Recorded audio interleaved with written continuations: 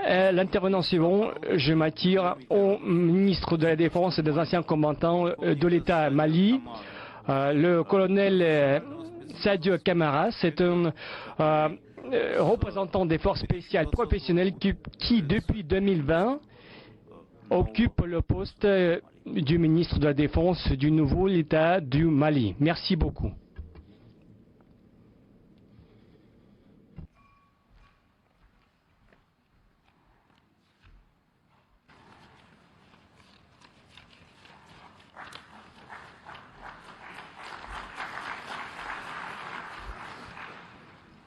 Mesdames et Messieurs,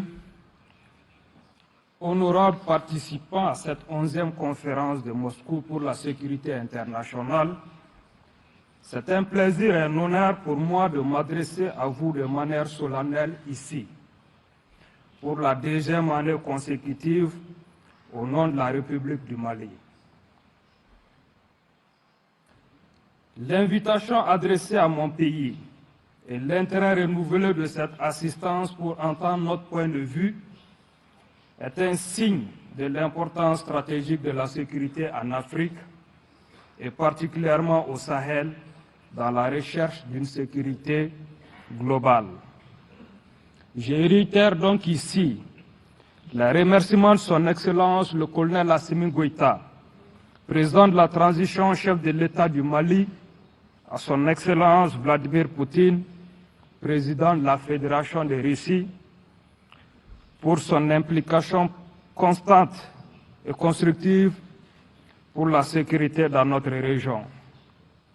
Je félicite également mon homologue, Sergei Shoigu, ministre de la Défense de la Fédération de Russie, pour l'organisation parfaite de cet événement de premier plan. Je remercie enfin le peuple russe pour son hospitalité envers la délégation du Mali et son soutien fraternel envers le peuple malien. Il y a un an, à cette même tribune, j'ai exposé la vision malienne des défis sécuritaires auxquels est confronté le continent africain en général, avec un regard particulier sur l'Afrique de l'Ouest et le Sahel, ces espaces sous-régionaux au sein desquels le Mali occupe une place centrale.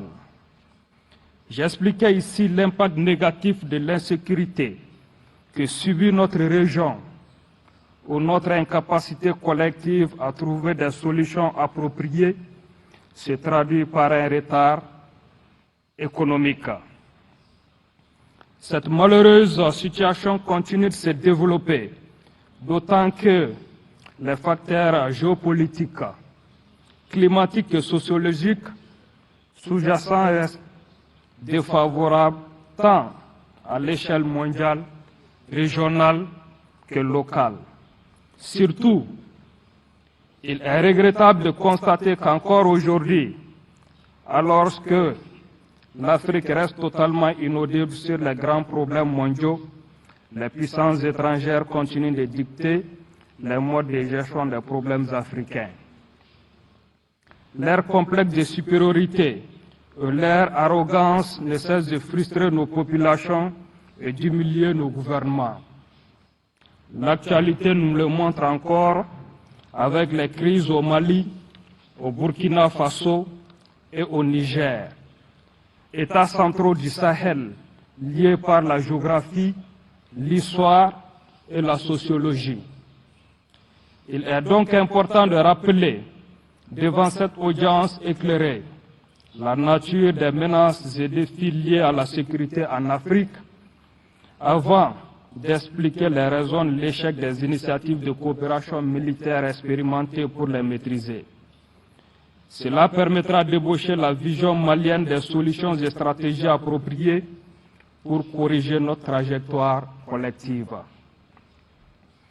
Quels sont les principaux défis sécuritaires du Sahel et de l'Afrique de l'Ouest? Notre région est confrontée à une violence d'une rare portée dans son histoire, qui se manifeste par des agissements de certains acteurs internes et externes que nous classons, selon leurs motivations, en groupes armés terroristes, groupes criminels transnationaux au groupe hybride à tendance sécessionniste. Ils ont tous en commun cette volonté d'encourager et d'instrumentaliser des crises de coexistence communautaire dont ils se nourrissent. Pour autant, ces phénomènes néfastes ne sont que des symptômes superficiels d'un mal dont la racine est bien plus profonde. Tout d'abord, nous devons reconnaître nos problèmes internes de gouvernance. Les jeunesses africaines se sentent marginalisées par des dirigeants qui ne leur ressemblent pas, qui ne vivent pas comme eux, qui ne comprennent ni leurs problèmes ni leurs aspirations.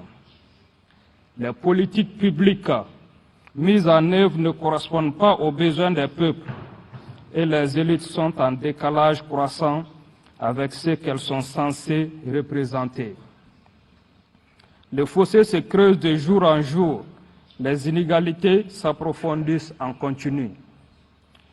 Ce décalage s'explique par le fonctionnement de nos jeunes États africains, qui est encore marqué par l'héritage des sombres périodes d'humiliation et de domination étrangère. La barbarie des siècles d'esclavage et de colonisation et la perfidie des postures universalistes de la période néocoloniale actuelle ont laissé des traces. Sous prétexte de politiques libérales d'ajustement structurel, les systèmes éducatifs africains ont été détruits et les systèmes de sécurité ont été désarmés par l'ancien maître, désormais reconverti en partenaire stratégique. Ce même partenaire stratégique, qu'il agisse seul ou en bande organisée, continue de renforcer sa domination et entretenir la dépendance. Toujours disposé à donner des leçons d'humanité, il s'appuie sur des leaders qu'il manipule pour ses intérêts, souvent liés à l'exploitation des ressources naturelles. Il allume des incendies ravageurs qu'il fera ensuite semblant de venir éteindre en proposant des solutions miracles. L'attaque contre la Libye en 2011 est la parfaite illustration de cette pratique mafieuse. Cette stratégie préméditée de déstabilisation du Sahel a fait de mon pays, le Mali, la première victime. Malheureusement, sous les regards moqueurs et condescendants des voisins inconscients du danger qui les guette, le feu s'est étendu dans toute la région. Et les pyromanes se sont déguisés en pompiers, célébrés comme des sauveurs. Nous vivons encore aujourd'hui les conséquences de cette tragédie. La destruction du tissu social et du vivre ensemble dans notre espace obéit donc à des dynamiques et des influences externes qui exploitent les failles et faiblesses internes à nos sociétés. Pour autant, l'ère n'est ni à la victimisation, ni au fatalisme. Il s'agit plutôt de faire un diagnostic éclairé et lucide des raisons de l'échec des stratégies actuelles. Pour affronter ces défis, les pays africains ont peu de chances de réussir tant qu'ils avancent en rang dispersé. Leurs stratégies politiques et sécuritaires sont souvent imposées de l'extérieur et on observe une ingérence permanente dans toutes leurs décisions. Cette tendance risque de s'aggraver avec l'importation de la confrontation des grandes puissances sur notre continent dans le cadre d'une nouvelle guerre froide. Cela concerne non seulement les grands débats d'importance planétaire comme les questions climatiques ou la gestion des pandémies, mais aussi les politiques intérieures. Ainsi, certains chefs d'État sous influence, dont les pays ont une densité de population 10 fois moins faible qu'en Europe, reprennent à leur compte les solutions biaisées au contrôle de la démographie et imposent avec zèle des restrictions de naissance à leur propre population pour satisfaire l'hystérie antimigratoire des pays européens.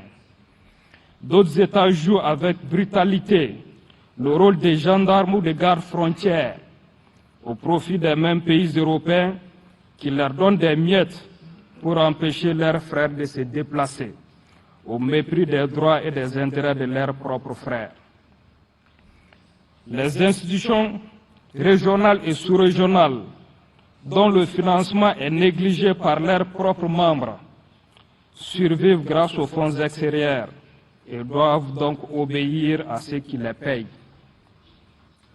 Elles sanctionnent leurs membres sous le diktat étranger, sous les injections d'une puissance néocoloniale. À force d'imiter leurs maîtres, elles persistent dans le ridicule et mobilisent contre elles les peuples désormais éveillés. Dans ce contexte, les remèdes appliqués contribuent à aggraver le mal. Mon pays, le Mali, est depuis longtemps victime de cette attitude désastreuse qui touche désormais le Burkina Faso et le Niger. Les menaces actuelles d'agression collective contre le Niger, sous les ordres à peine voilés de la France, en sont la forme la plus lâche et dangereuse pour la communauté ouest-africaine. Maintenant, le plus important est de se demander ce qui peut être fait pour changer l'ordre déstabilisateur et prédateur qui entretient cette situation défavorable aux intérêts des Africains. Notre monde en pleine mutation est marqué par la remise en cause progressive des règles qui ont prévalu dans la conduite des relations internationales depuis la fin de la Seconde Guerre mondiale. Règles qui ont toujours été déséquilibrées, mais dont la nature injuste se renforce depuis la fin de la guerre froide. Dans ce monde globalisé et interdépendant, la puissance de l'Internet et des médias sociaux a créé un nivellement sans précédent de l'accès à l'information et des capacités d'influence. Les peuples africains, jeunes et dynamiques, disposant d'un accès aux mêmes technologies de l'information que les autres, sont désormais conscients de leurs forces et de leurs atouts face à la domination et l'injustice.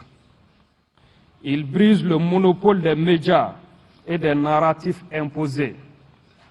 Il appartient aux États d'en faire autant pour que l'Afrique occupe toute sa place sur la scène mondiale. La seule solution pour les Africains est de faire une politique réellement africaine, concertée, fondée sur les réalités et les besoins des peuples africains. Cela nous demande d'avoir le courage de défendre nos intérêts, surtout lorsque ceux-ci sont opposés aux intérêts des puissances extérieures à l'Afrique. Si la sécurité de nos populations est une priorité, nous devons consentir l'effort financier nécessaire sans entendre l'impulsion des bailleurs de fonds. C'est le choix qu'a fait le Mali, malgré ses ressources limitées.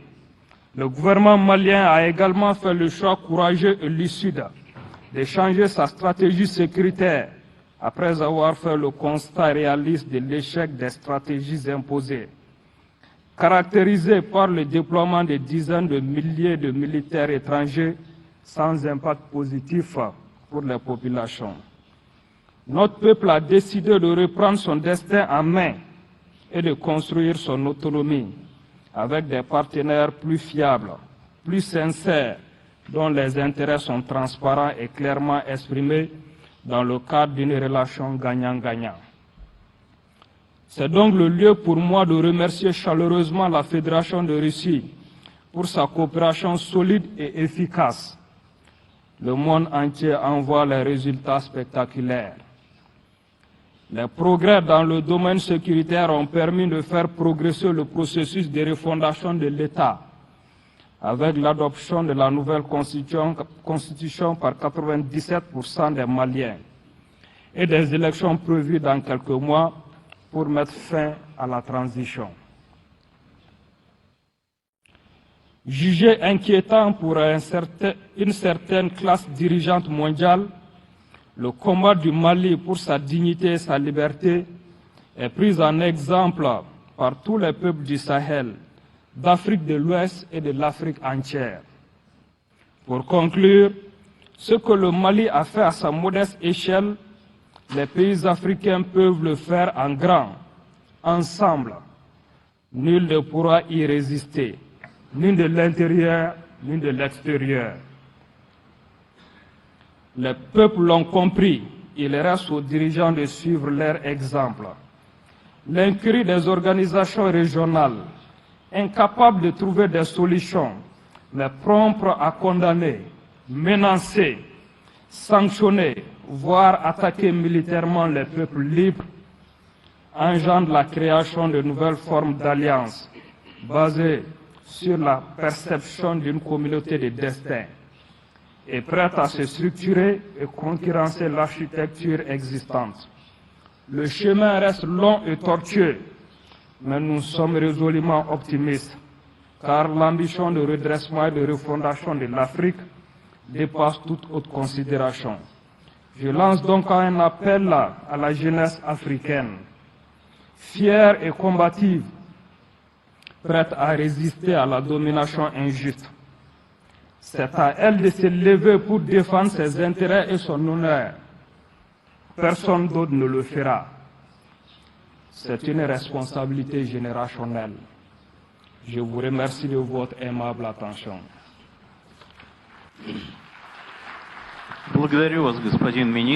Je vous remercie, Monsieur le Ministre.